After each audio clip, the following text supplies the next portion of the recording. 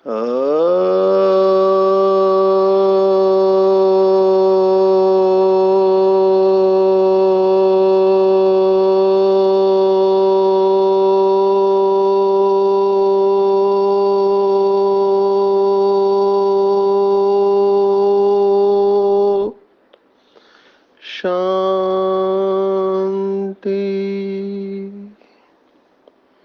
आज 18 अप्रैल 2023 भारत में मंगलवार है।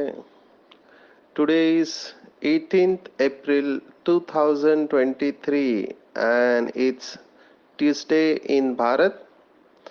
आज की मुरली का जादुई रहस्य स्वयं को प्रेरणा देने के लिए Magical secrets of today's Murli for motivating the self। कल की साकार मुरली में बहुत भाई बहनों ने प्रश्न पूछा है। इससे ये बात पता चलती है कि बाबा के बच्चे बाबा की मुरली के सूक्ष्म पॉइंट्स के ऊपर मनन चिंतन कर रहे हैं। अभी तक क्लैरिटी नहीं है, थोड़ा कंफ्यूजन है। एक तरफ बाबा मुरली में कहते हैं कि सबसे बड़ा तुम्हारा दुश्मन माया रावण है। ये दोनों शब्द है, माया स्त्रीलिंगी शब्द है, रावण पुल्लिंगी शब्द है। तो माया रावण कहना ठीक रहेगा, क्योंकि 5 विकार पुरुषों में, 5 विकार स्त्री में, इसलिए माया रावण करेक्ट शब्द है। कंफ्यूजन इसलिए है, मूंझना इसलिए है क्योंकि हर एक अपने बुद्धि के अनुसार हर शब्द का अर्थ बता रहा है। तो हम क्या सोचते हैं, मनुष्य क्या सोचते हैं और भगवान क्या सोचते हैं? सत्य तो सत्यता का सागर, सत्यम शिवम सुंदरम परमात्मा ही जानते हैं। तो संपूर्ण सत्य परमात्मा है। तो लौकिक में हम सब जानते हैं, भक्ति मार्ग में ये मान्यता है, इवन कई बिजनेसमैन भी कहते हैं, माया धन को कहते हैं। अभी देखो, धन माया है क्या? अगर किसी के पास धन बहुत है तो कहते हैं कि इसके पास बहुत माया है या इसने बहुत माया इकट्ठी कर ली है। हर लोकल रीजनल भाषा में भी माया का अर्थ अलग है। अगर आप महाराष्ट्र में देखो तो कहते हैं कि इस व्यक्ति में कोई दया माया नहीं है, तो दया के साथ माया शब्द जाता है। माना यहाँ पर माया शब्द का अर्थ प्रेम लिया गया है। माँ की माया कहते हैं या माँ की ममता। तो रीजनल भाषाओं में भी माया शब्द का अलग अर्थ है। पहले बिलीफ को ही लेंगे, क्या माया धन है? अभी ये क्यों कहा गया कि धन माया है? क्योंकि कुछ लोगों के पास धन बढ़ने के बाद में वो गलत काम करने लगते हैं। धन का भी नशा होता है। हमारी जब एनुअल मीटिंग चल रही थी, जब ये नशा मुक्त अभियान का अनाउंसमेंट हुआ, तब हमारे आदरणीय ब्रिजमोहन भाई ने बहुत अच्छी गहराई से बताया कि एक तरफ गवर्नमेंट शराब के ठेके खोलने की परमिशन देते हैं, क्योंकि उनका खर्चा शराब के दुकान के ऊपर जो टैक्स मिलता है उससे चलता है, उसको रेवेन्यू डिपार्टमेंट कहते हैं। और दूसरे तरफ नशाबंदी मंडल माना शराब बंद करने के लिए भी कहते हैं। तो ऐसे गवर्नमेंट से क्या अपेक्षा की जाए, जो एक तरफ तो अपनी प्रजा को बहुत सारी चीजें फ्री देती है और कहते हैं हम प्रजा की रक्षा के लिए है, और दूसरी तरफ शराब के ठेके। अभी मैं दिल्ली में था तो वहां के भाई बहनों ने बताया कि दिल्ली एक ऐसा राज्य है जहां पर बिजली फ्री में दी जाती है, बहुत सारी चीजें फ्री में है, पर बिजली तो डेफिनेटली फ्री है।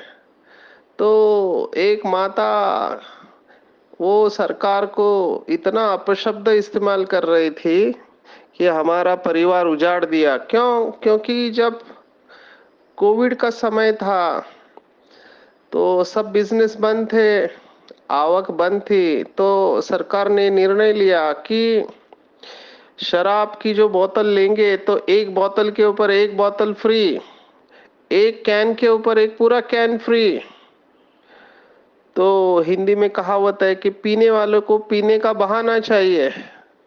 तो ये भाई रोज डबल शराब लेके आता था और शराब पी के झगड़ा करता था और अपनी पति पत्नी के ऊपर बहुत अत्याचार करता था। तो वो ऐसे सरकार को बहुत अपशब्द देती थी। तो ये जो है देखा गया कि जिसके पास बहुत पैसा होता है तो उसके अंदर निगेटिविटी आने के चांसेस बढ़ते हैं, क्योंकि इसका भी नशा होता है, धन का नशा होता है, पोस्ट पोजीशन का नशा होता है। जिसके पास धन बहुत है उसको लगता है कि वो अभी स्वर्ग में है और बहुत सारी चीजों को खरीद सकता है। तो धीरे धीरे करके कुछ लोग धन की वजह से बुरी आदतों में फंस जाते हैं, जैसे शराब है और भी कई सारी आदतें उनको लग जाती है। तो लोगों ने इन दो बातों को जोड़ दिया, क्योंकि भक्ति मार्ग का ये स्वभाव है दो बातों को जोड़ना, कि मैंने ये किया इसके बाद ये हुआ, माना इसका इसके साथ कनेक्शन है। अभी जरूरी नहीं दोनों बातों का कनेक्शन हो, लेकिन देखा गया है कि जिनके पास धन आता है तो बुराइयां भी आती है, इसलिए उन्होंने धन को माया कह दिया। अभी धन के अंदर कोई बुराई नहीं है, धन तो न्यूट्रल है, धन को यूज करने वाले के ऊपर है। तो विकार या निगेटिविटी धन नहीं है, लेकिन कुछ लोग धन आने के बाद में गलत काम करते हैं, इसलिए धन को भी माया कह दिया। अभी बहुत सारे लोग हैं जो अपने धन का इस्तेमाल अच्छे कामों के लिए करते। बाबा के बच्चे ही देखो, जिनके पास धन है वो सेंटर खोलने में कितना सहयोग देते हैं, सेवाओं में कितना सहयोग देते हैं, लौकिक में भी दान पुण्य का बहुत महत्व है। कितने लोग मंदिर बनाते, प्रार्थना स्थल बनाते हैं, उनको लगता है भगवान का काम कर रहे हैं तो भगवान हमको कई गुना रिटर्न देगा। तो ये बात सब आई कहां से? यहाँ पर बाबा हमको एक जन्म में हम जो सफल करते हैं उसका कई गुना रिटर्न देता है। तो धन माया नहीं है, लेकिन लोगों ने उसको माया समझ लिया है। ये बात सब बताने का भाव यही था, क्योंकि आज फिर से बाबा ने माया को याद किया। तो कल कई लोगों ने प्रश्न पूछे कि माया बच्ची क्यों कहा है भगवान ने। तो एक जवाब जो स्पष्ट मुरली में था कि वो मदद करते हैं, जैसे हम बाबा के बच्चे भगवान को मदद करते हैं। एक्चुअली ये शब्द भी ठीक नहीं लग रहा है मुझे, ये तो गीत में जो गायन है, सब कुछ करके अपने आप छिपाया। हम मदद करने वाले कौन है? करण करावनहार शिव बाबा है, वो हमारा भाग्य बना रहा है।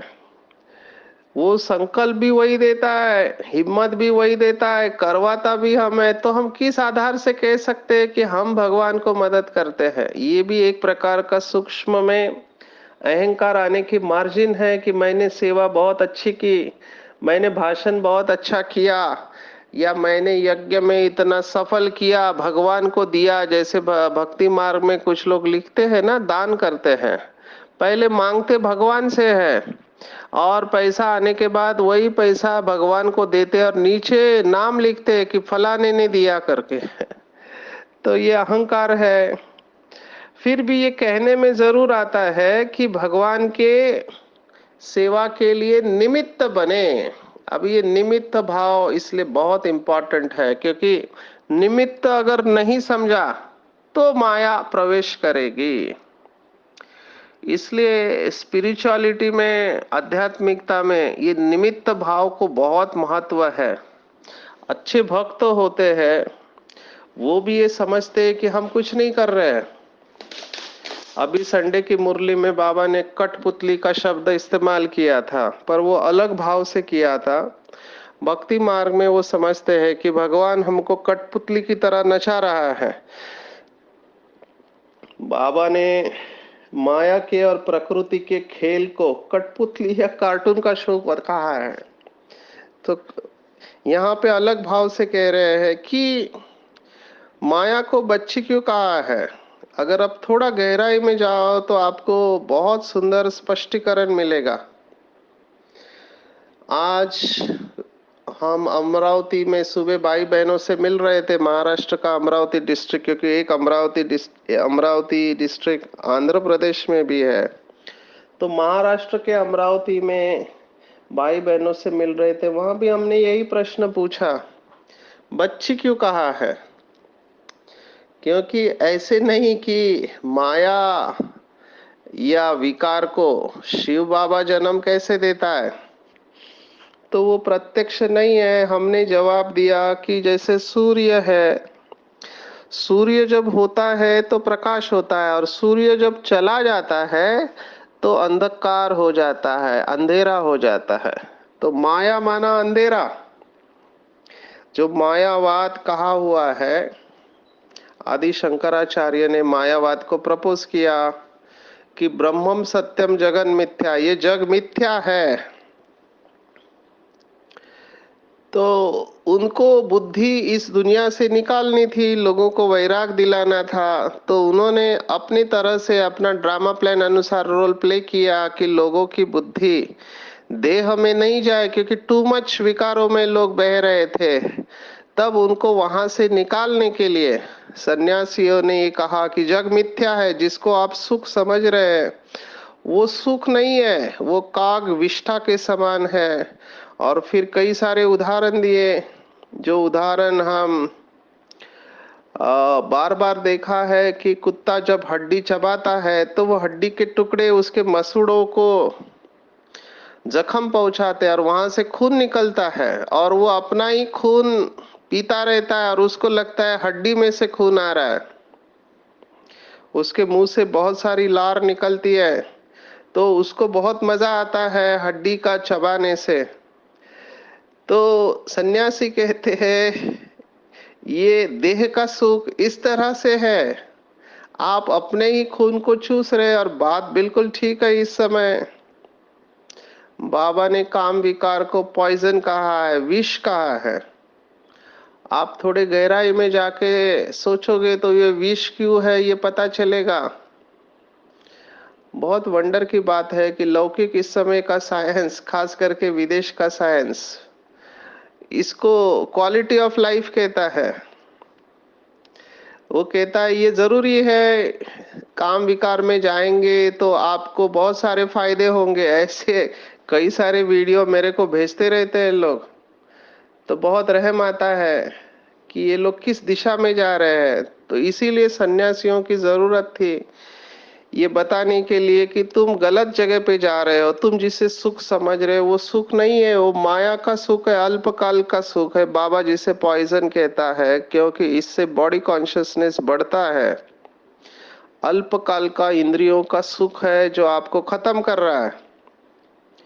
तो माया को अच्छी तरह समझना चाहिए। सन्यासियों ने माया किसे कहा, तो शंकराचार्य ने, आदि शंकराचार्य ने कहा रस्सी को सांप समझ लेते हैं, अंधेरे में दिखाई नहीं देता। तो ये अंधेरे में ही गड़बड़ होती है। जहां प्रकाश है वहां पे रस्सी रस्सी दिखाई देती है। तो माया का अंधियारा न्यारा, ये एक भजन है भक्ति मार्ग का। माया का अंधकार है न्यारा, बाहर उजला भीतर काला। तेरे जैसे लाखों आए, लाखों इस माटी में समाए। मत कर तू अभिमान रे बंदे, झूठी तेरी शान। ये माया है जो हमको ऐसे भास दिलाती है कि आप इस दुनिया में सबसे महान हो, श्रेष्ठ हो। होता अहंकार है, झूठा अहंकार है। तो ये माया को अच्छी तरह समझना चाहिए हमको। जितना भगवान को अच्छी तरह समझना है, उससे ज्यादा माया को भी समझना बहुत जरूरी है। क्योंकि भक्ति मार्ग में ये मान्यता है कि अमृत को जहर का एक बूंद भी पड़ जाए तो वो जहर बन जाता है। इतना पावरफुल है निगेटिविटी। बाबा ने कहा है, एक का पदम गुना फायदा तो 100 गुना नुकसान भी है। ये बात हमने कल देखी थी। आज बाबा ने वही बात फिर से कही है कि माया ने तुम्हें बहुत हैरान किया है। अब तुम बाप की शरण में आए हो। बाप से सच्ची प्रीत रख, माया जीत जगत जीत बनना है। तो ये बाबा फिर से बिलीफ सिस्टम को बदल रहा है। दुनिया में मान्यता है मन जीते जगत जीत, और बाबा टोटली अगेंस्ट कह रहा है। बाबा कह रहा है मन जीते जगत जीत नहीं, माया जीते जगत जीत है। क्योंकि ऐसे कई सारे लोग हैं जो मन को स्टॉप कर लेते हैं। अभी वो पावरफुल होने चाहिए जो मन को स्टॉप कर लेते हैं, क्योंकि उनके पास ऐसी विद्या है, क्योंकि उन्होंने पतंजलि का योग शास्त्र सुना है, योगश्चित्त वृत्ति निरोधा। माना मन को रोकना ही वो समझते हैं कि हमने बहुत कुछ पा लिया है, इसके लिए भी कड़ी साधना करते हैं। तो देखा गया कि कई सारी सन्यासी है, मन को रोक लिया, लेकिन मन के अंदर जो विकार है उसका क्या, विकारों को तो चेंज नहीं कर पाए। क्यों नहीं कर पाए? क्योंकि हमने देखा, आप सबने भी देखा होगा, जब कुंभ स्नान होता है, अभी इनके बहुत सारे अखाड़े हैं, ये बहुत साधना करते हैं, अच्छी बात है। लेकिन पहला स्नान कौन करेगा, इसके ऊपर इनके झगड़े होते रहते हैं, कौन सा श्रेष्ठ है। तो क्रोध कहां से आया? अगर आप साधना कर रहे हैं तो आपके अंदर विकार नहीं चाहिए। विकार है मतलब आपने मन को तो जीत लिया एक प्रकार से, लेकिन मन के अंदर जो विकार है उसको नहीं जीत पाए हैं। इसके ऊपर बहुत सारी कहानियां हैं। तो बाबा कहते मन जीते जगत जीतने, माया जीते जगत जीत। इसलिए दोनों शब्द साथ में जाते। जैसे मैंने आज कहा कि माया रावण, ये पूरा शब्द है, और ऐसे ही माया जीत जगत जीत बनना है। लेकिन उसका तरीका क्या है? तो तरीका है भगवत गीता, एक श्लोकी भगवत गीता जो हमने देखा। क्योंकि ये शरण शब्द जो है, आज की मुरली में ये शरण शब्द आया हुआ है, ये भक्ति मार्ग का शब्द है।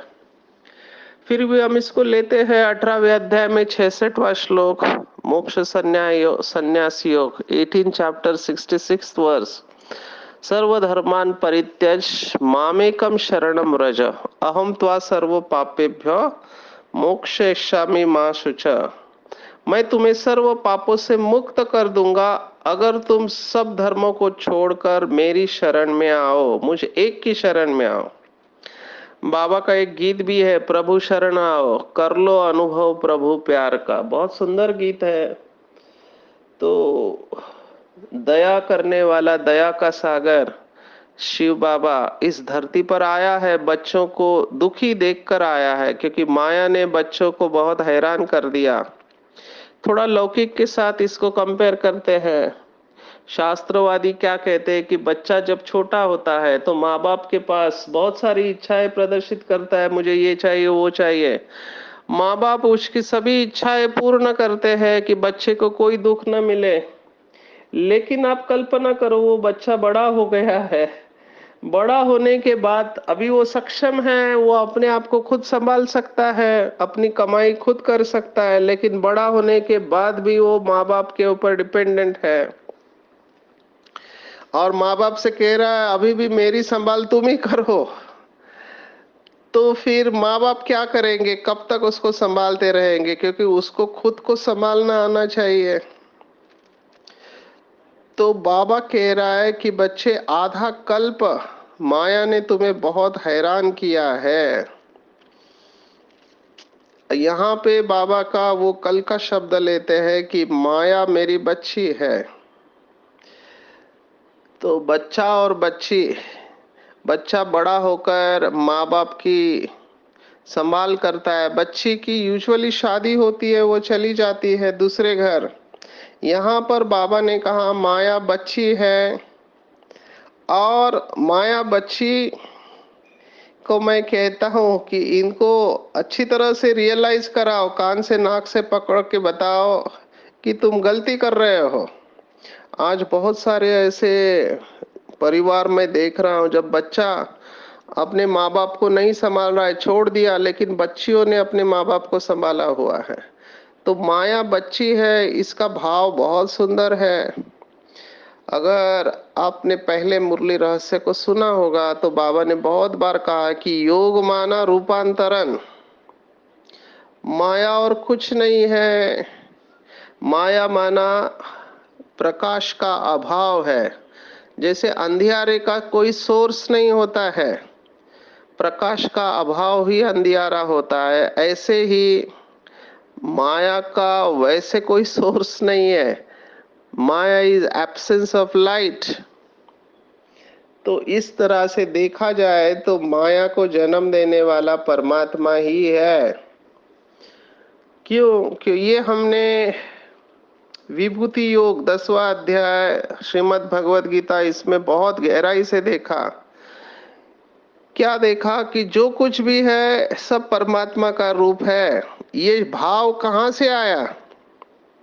या परमात्मा ने ही इसको जन्म दिया है, ऐसे भक्ति मार्ग में कहते हैं।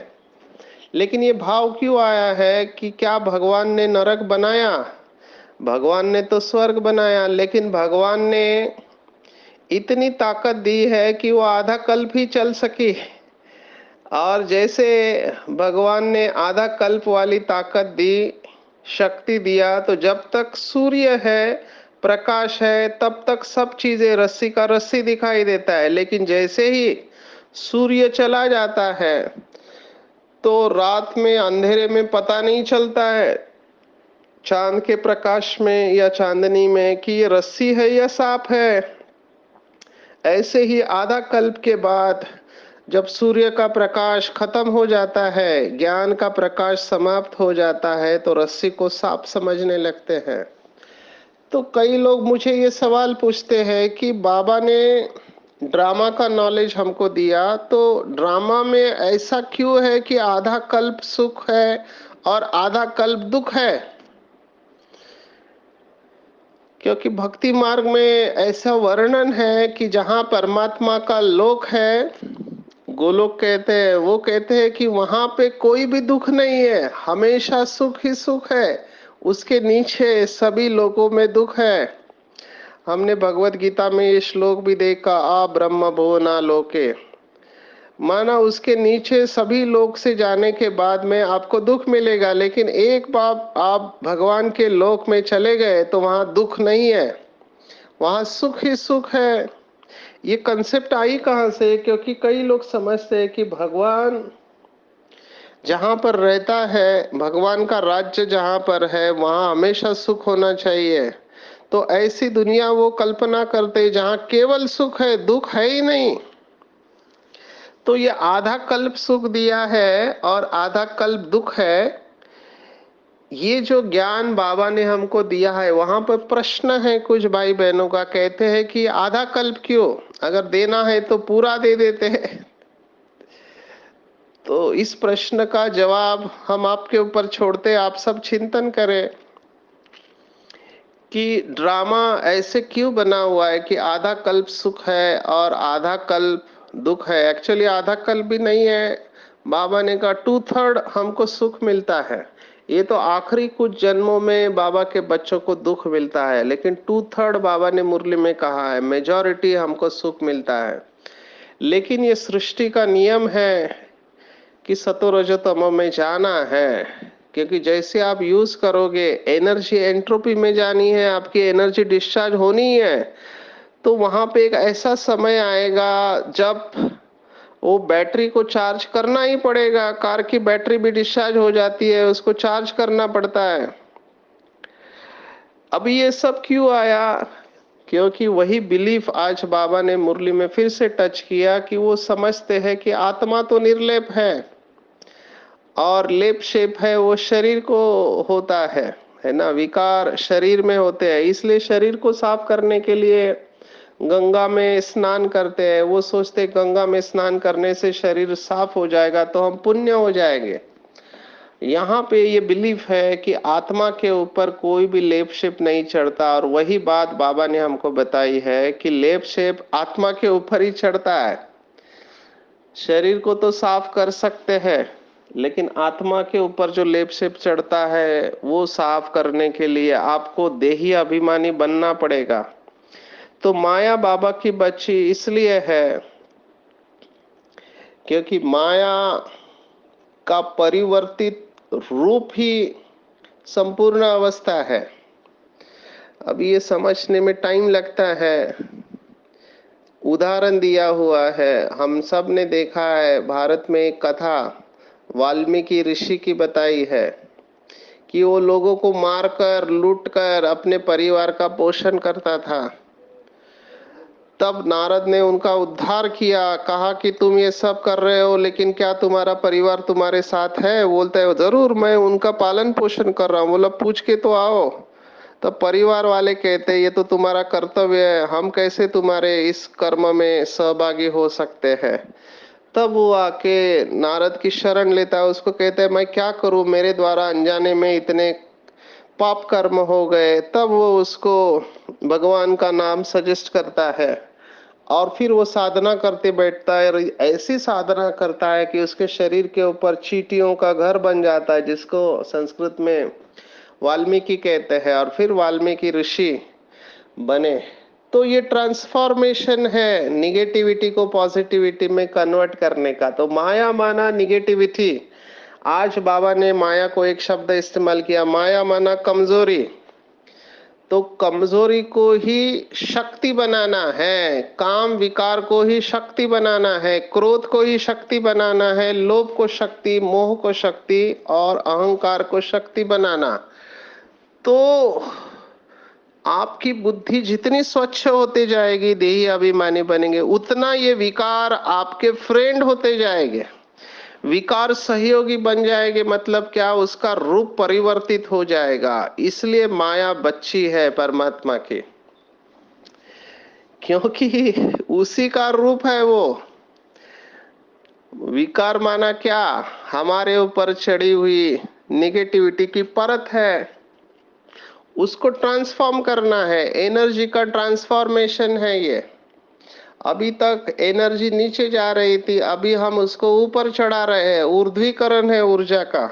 बाबा ने मुरली में कहा हुआ है कि ये विकार आपके दोस्त बन जाएंगे। ये प्रकृति जो दुख देती है वो आपकी सहयोगी बन जाएगी। तो माया जीत के साथ और एक शब्द आता है, प्रकृति जीत।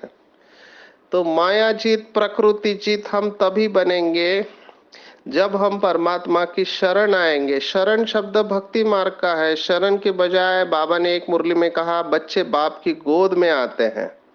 तो संपूर्ण समर्पण भाव जो बाबा ने कुछ दिन पहले कहा था, उसको समझना है, बहुत अच्छी तरह इन बातों के ऊपर चिंतन करना है। अगर काम विकार बदल गया तो हमेशा नेचुरल शुभ कामना रहेगी। तो ये आज बाबा ने अजामिल पापी को याद किया है। भगवत गीता हमको कहती है, अगर सच्चे भाव से, सच्चे दिल से एक बाप की शरण में आओ तो हम सभी पापों से मुक्त हो जाएंगे। और सभी कमजोरियां समाप्त करने के लिए बाबा ने कहा, संकल्प, बोल और कर्म में हर बात में एक बाबा शब्द नेचुरल हो और बाबा मुझे चला रहा है, तो ऐसे आत्मा के आगे माया कमजोरी आ नहीं सकती, असंभव है। और ऐसे बाबा के बच्चे जितना जितना गहराई में जाएंगे, उनका मुंह बंद होने लगेगा और वो रियलाइज करेंगे गंभीरता में ही सर्व प्राप्तियां है। और ऐसे गंभीर रहने वाले बाबा के बच्चे हर कार्य में स्वतः सिद्धि प्राप्त करते हैं। तो माया से मुक्त होना माना माया को परिवर्तित करना। मन जीते जगत जीत नहीं, माया जीते जगत जीत। और माया को जीतना माना माया का रूप परिवर्तित करना। इस तरह से माया को अपना सहयोगी बनाओ, कमजोरी को शक्ति बना दो। तो हम माया जीते जगत जीत और विश्व जीत बन सकते हैं। तो आज पूरे दिन में चेक करेंगे कि क्या मैं अपने आप को पूरी तरह से बाबा की शरण में लेकर जाता हूँ। क्या बाबा की याद से मैं अपने ऊपर जो मैल चढ़ी हुई है उसको साफ करता हूँ। जितना जितना बुद्धि का योग बाबा के साथ लगाएंगे उतना उतना ये माया हमारी सहयोगी बनते जाएगी और इसी माया की शक्ति से हम विश्व के ऊपर विजय प्राप्त करेंगे। अच्छा, ओम शांति।